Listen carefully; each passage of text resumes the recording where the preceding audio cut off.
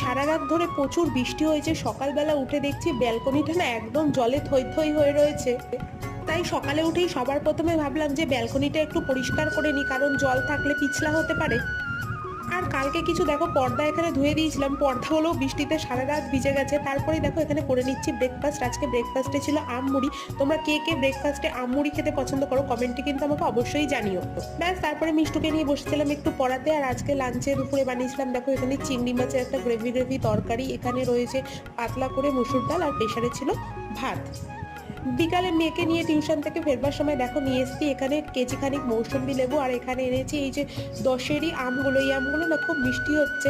আর এখন বসিয়ে দিয়েছি রাতের খাবার। রাতে আজকে দেখো ভাজবো এখানে ডালের সাথে কাঁকরোল ভাজা। কাঁকরোলগুলো বেশ কচি কচি ছিল, তা ভাবলাম যে বীজ হবে না, তারপর দেখছি কেটে না বীজ হয়ে গেছে। আর এখানে ভাত ফুটছে। ব্যাস আজকের ব্লগটা এই পর্যন্তই। যদি ভালো লাগে চ্যানেলটা সাবস্ক্রাইব করে পাশে থেকে দেখার জন্য একটু ব্লগের মাধ্যমে।